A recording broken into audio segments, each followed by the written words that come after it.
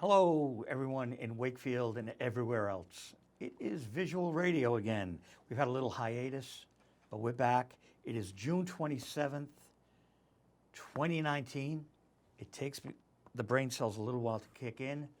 My guest tonight, Rex Apollo, with his brand new book, How to Spark Your Own Golden Age, Tips for Success. Welcome, Mr. Apollo. Well, thank you, Joe. I really appreciate you inviting me to come on.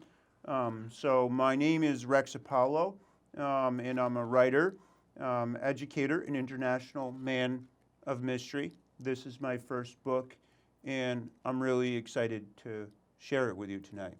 Well, it's the first week of summer. We've almost achieved 6 months, and so you've got this beautiful summer photo, kind of. Where'd the photo come from?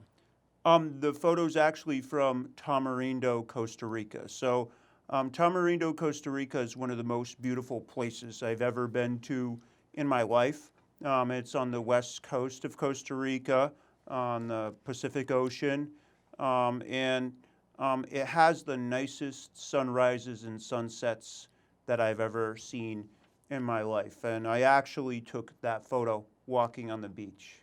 It is really a stunning photo, and our audience can see it. It's mesmerizing. You've got the ocean, you've got the reflection, you've got the nice couple of clouds above the sun. It's a perfect photo. I love it.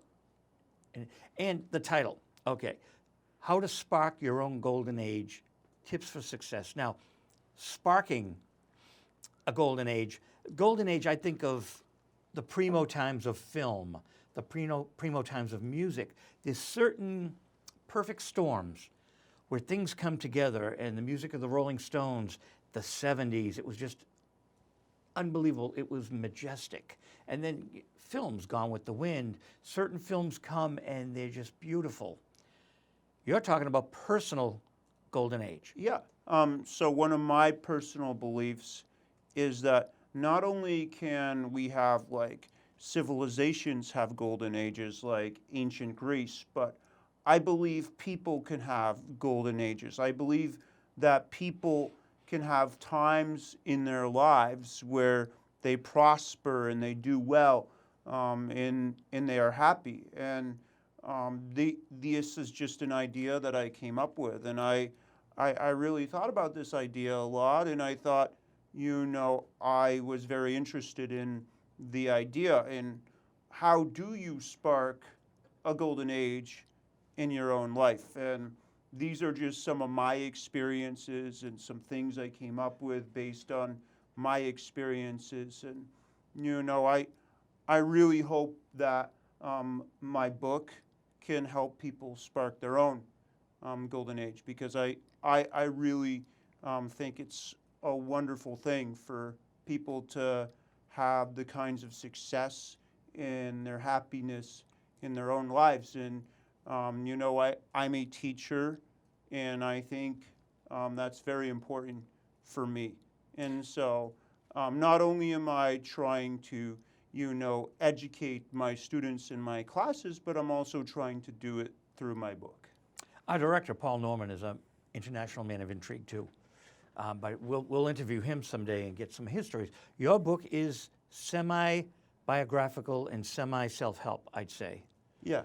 And so here's an offbeat question. How many countries do you think you've been to? I have been to 20 different countries. You knew the answer. Yeah, I've actually thought about this and counted them all out one time. So I've been to a lot of countries in Europe. I've also been to Brazil, Costa Rica, Vietnam, Saudi Arabia as well. So I've been to a lot of places around the world. I'm going to move away from the book just for a minute. So today's June 27th, 2019. In about 2 weeks, you'll be in Vietnam. Yeah. So I'm very interested in getting some new ideas, in having a different type of experience. And so I've actually taken a new job in Hanoi, and I'm going to be moving to Hanoi. And I'm really excited, not just about my new job or some of the new experiences that I'm going to have, but some of the new ideas that I'm going to come up with through moving to Hanoi. And I think it will be very interesting. Now, you were in Vietnam before. Were you ever in Hanoi itself? No, I've never been to Hanoi. I've been to Ho Chi Minh City and several other cities in South Vietnam and Central Vietnam, but I've never been to Hanoi, so it will be very interesting. Scary part of my life was when I was, I guess, 18, I had to sign up for the draft. I did not want to go to Vietnam, and thanks to Richard Nixon, I did not go. But that was a different time. Now, North and South, they get along and people can traverse where they want. Yeah, pretty much. It's kind of interesting because there's still some divisions between people from North Vietnam and South Vietnam, but in the school where I work, I've taught students from both North Vietnam and South Vietnam, and they seem to get along pretty well, and very excited about the opportunity to learn more about Hanoi and what it's like there. Now, are you teaching them English? Yeah, so I'm teaching them English. The school I just left, an international high school, I taught ESL, French and history, and in this new job in Vietnam, I'm going to be teaching just English. How many dialects of the Vietnamese language are there, do you know? I'm not sure on that. I'm just hoping that I can learn it and buy a sandwich. That's my basic goal. The reason I asked the question was this. I'd like you to ask the school, if you can have permission, to have the class to learn English translate your book Wow, into Vietnamese. That would be quite a project. And if there's 2 or 3 dialects, just to be above board, you say, hey, look, I've written a book. In order to teach the English language, I'd like them to transcribe my book. Because then you would have, and then you could give them credit as translators.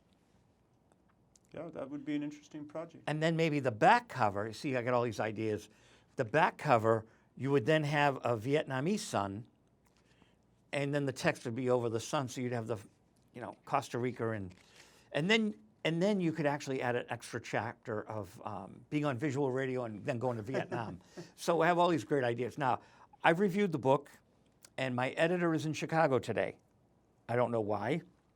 I don't know what that means, but hopefully he'll have published this soon on TMR Zoo, and that'll be fun. I really enjoyed it. I especially liked that you take the elements of your own life. You're brave enough to tell the world, this is what I do, this is how I live. And you're urging people to find their own niche.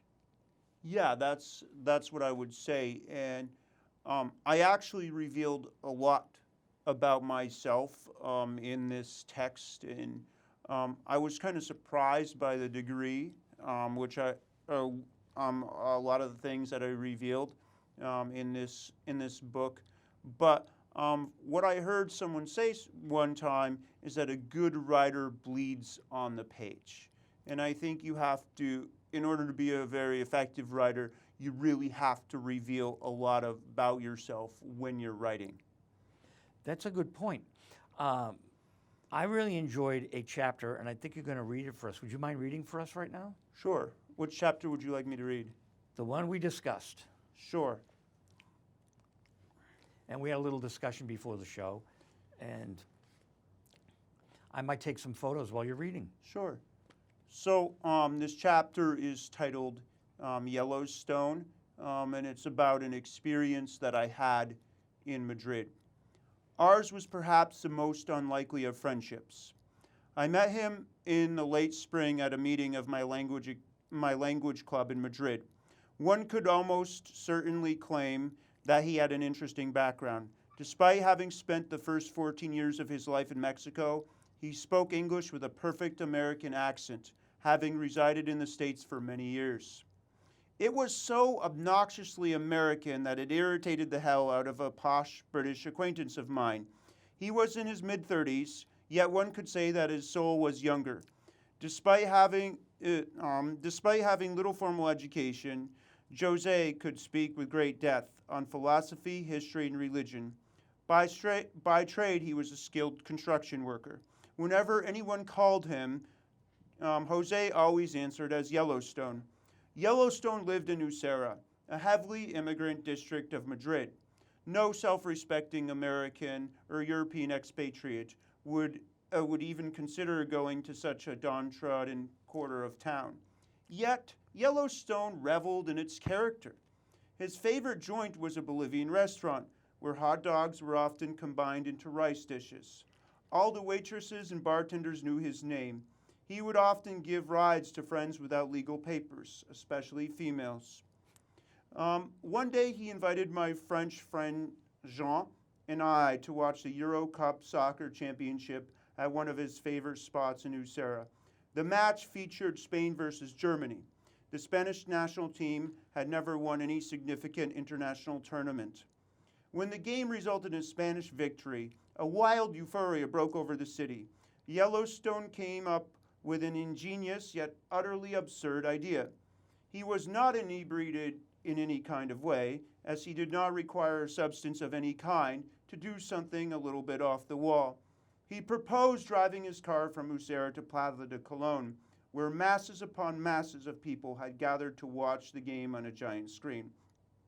4 of us, Yellowstone, his Bolivian girlfriend, Jean, and I, piled into the car. Yellowstone taped a Spanish flag and American flag to it. I never really could comprehend his reasons for breaking out the Yankee flag, for we were in the land of siestas and fiestas. Yellowstone was not the type of person who subscribed to reason. For him, it was all about emotion. However, our journey in the car quickly grounded to a halt because the city was so close to breaking into a riot. As we came to a roundabout, it became evident we were not going to reach Plaza de Colón. Hordes of Spaniards were howling joyfully while jumping up and down in the fountain which occupied the middle of the square. Scores of people approached the car and climbed on the roof. Revelers on both sides of the car began pushing it back and forth. This only made Yellowstone more excited as he basked in the pure joy of the sheer masses of people around us. It did not require big events for Yellowstone to enjoy life. He would often stand in the street corners of Usera and point out girls that he thought I should approach. Over my first summer, whose scorching heat challenged my sensitive northern skin, we frequented the public pool countless times. I introduced Yellowstone to my language partner, Maria. Whenever we gathered together, the 3 of us would begin with a toast by reciting the words for cheers in as many languages as possible. Rather than purchasing items for the pool cafe, Yellowstone would bring a large cooler and invited everyone to partake in both his food and drink. He enjoyed sharing with other people, and his goal above all was to enjoy himself to the fullest. Fiesta, siesta, is this Yellowstone's golden age or yours? It's my golden age, but I learned a lot from Yellowstone. Yellowstone was a very important friend of mine in Madrid, and one of the things that he really knew how to do was he knew how to enjoy himself to the fullest. He understood that, and I think not everybody does. I don't think everybody really understands how they can enjoy life to the fullest. I think a lot of times it's kind of something we cannot learn in school. So we'll get back to Yellowstone in a second. Did you meet all sorts of friends in all 20 countries? Yeah, I have friends throughout the world. Fascinating. Yeah. And now with email, you're just an email away. Yeah, I know. Or Facebook or fascinating. Yeah. So Yellowstone lived life to the fullest. What was it about your experience in the Yellowstone period that was your golden age? I think it was just what it was everything just seemingly went the way that I wanted it to go. The cookie crumbled your way. Yeah, the cookie crumbled my way. I felt a lot of enthusiasm, not only personally, but from those around me. I think I projected a very positive energy during this time, and I think being positive is very important. I think a lot of us aren't as positive as perhaps we need to be or we would like to be. So I think that's very important to be positive in our lives so that we can be successful. Have you ever heard Rick Nelson's song, A Traveling Man? Yeah, I think I've heard that. Is that you? I mean, girlfriend in every port. Brazil, Vietnam. I mean, I know too much about your life, but he's got a girl in every port, like Traveling Man. And that would make for good parties. Introduce everyone. Maybe if you haven't been to Russia, just, when the book sells millions of copies, just invite all the ex-girls right to Russia. And it's a new country. It's country number 21. Country 21, yeah. There's the title of your next book, Country 21. Country 21. I mean, you could write a travel log, travel guide. There's so much you can do. I'm sorry to see you take off right away because the book just came out. And is this your first Access show? Yeah, this is the first. This right. is my first Access show. This is only the second time in my life I've ever been on TV. Oh, wow. Well, I just, there's many interviews to do, but this is great launching pad. WCAT is amazing. I want to thank the staff. Yeah. Everyone here, Barbara, Tom, Ryan, everyone is just amazing. And our director, Paul, he makes it comfortable for me to do my thing. How many golden ages are in your book for you? How many golden ages are in my book for me? And do they go by country?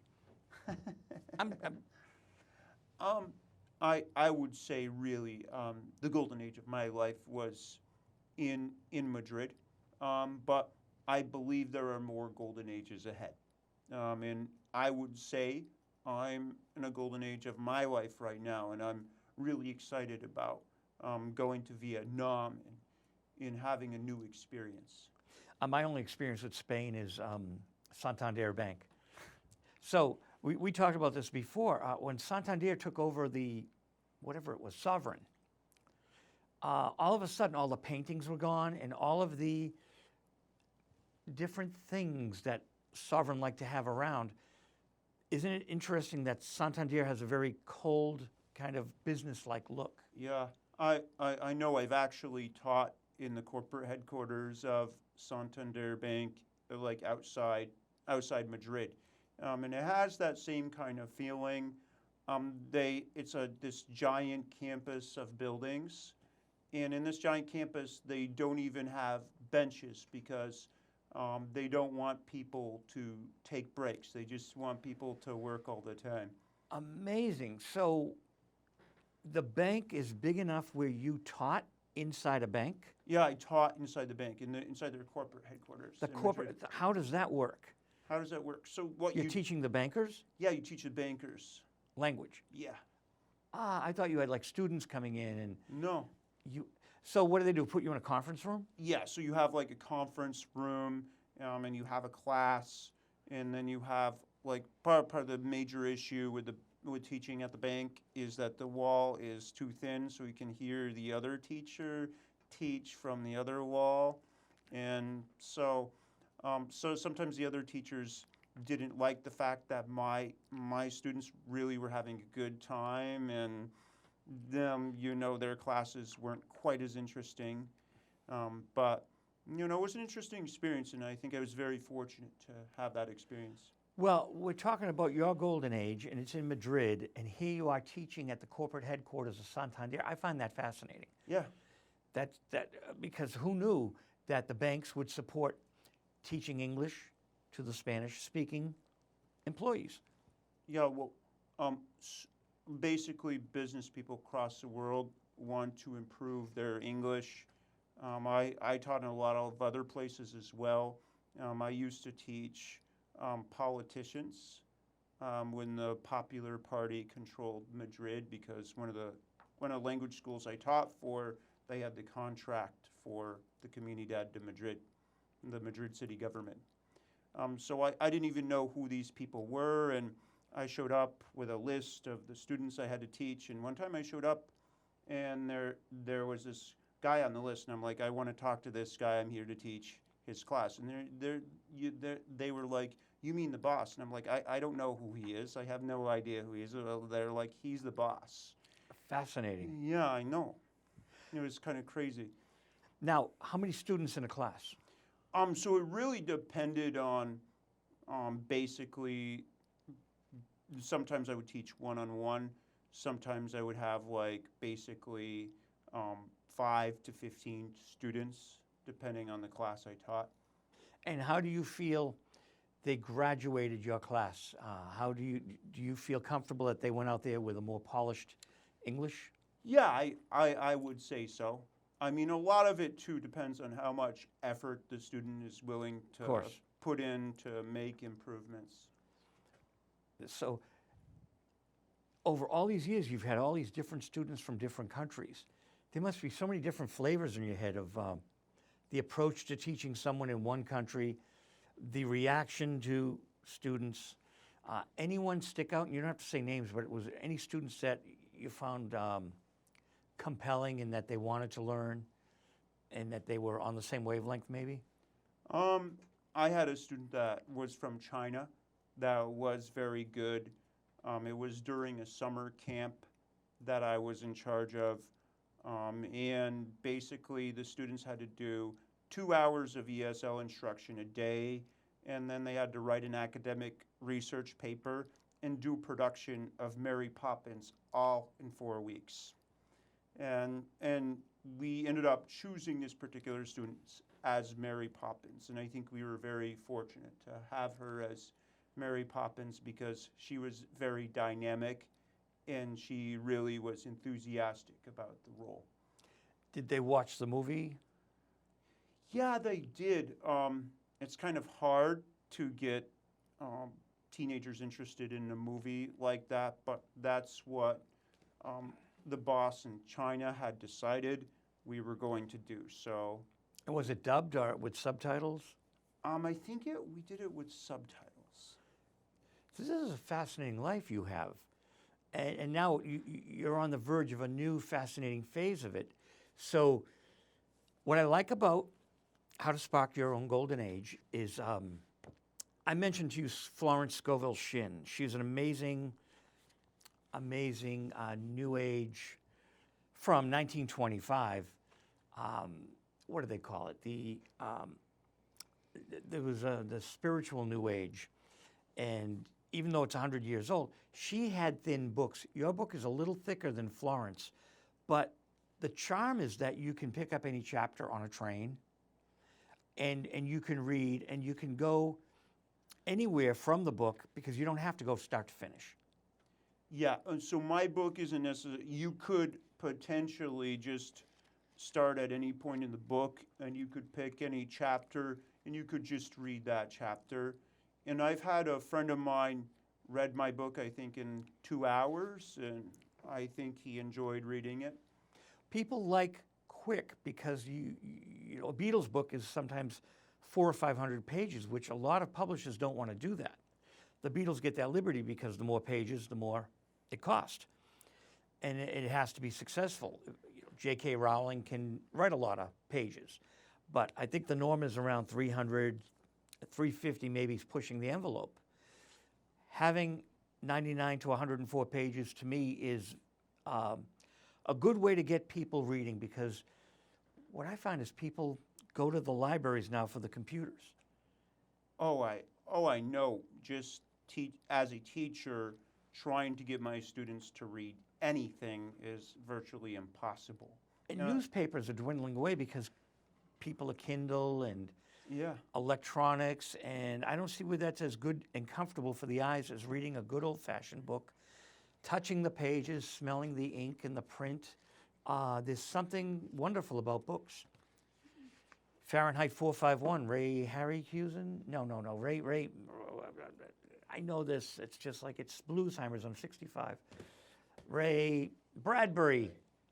Thank you. Fahrenheit 451. Did you see the movie? No, I haven't. Do you know what it's about? No, I confess I don't.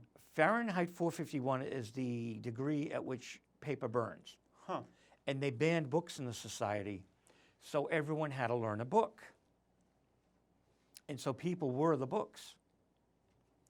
So kind of like oral tradition. Yeah, put the camera on me, Paul. I'll do a little Gore Vidal, the late Gore Vidal.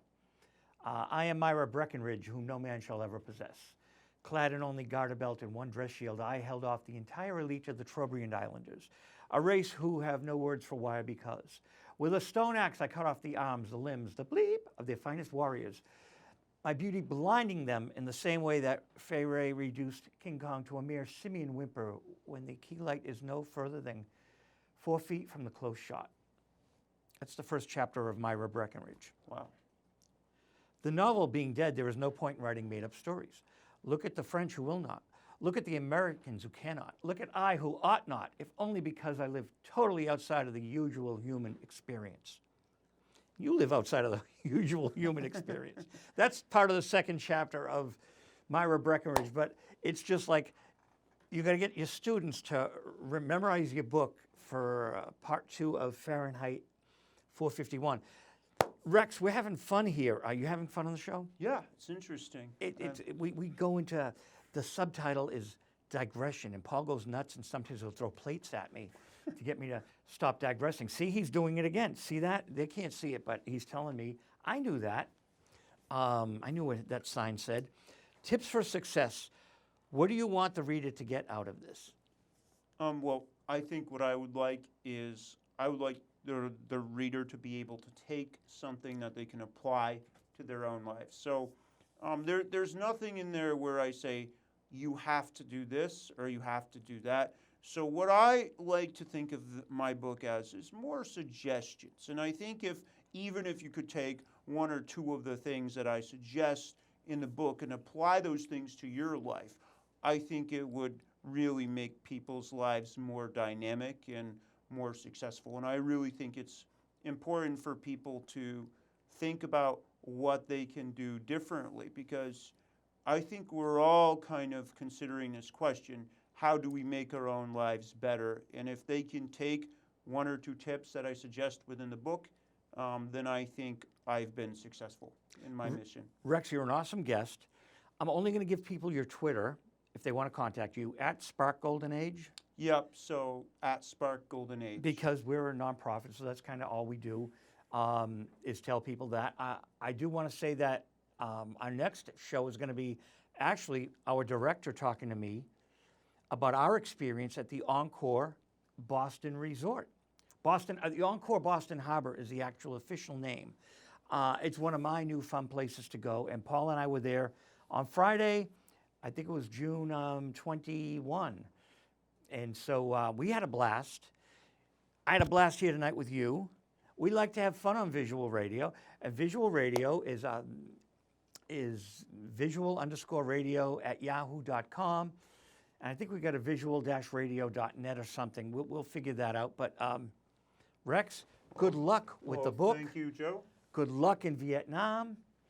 And we want to thank Paul Norman, Tom, Barbara, Ryan, the entire crew here at WCAT Wakefield. Thank you very much. Over and out.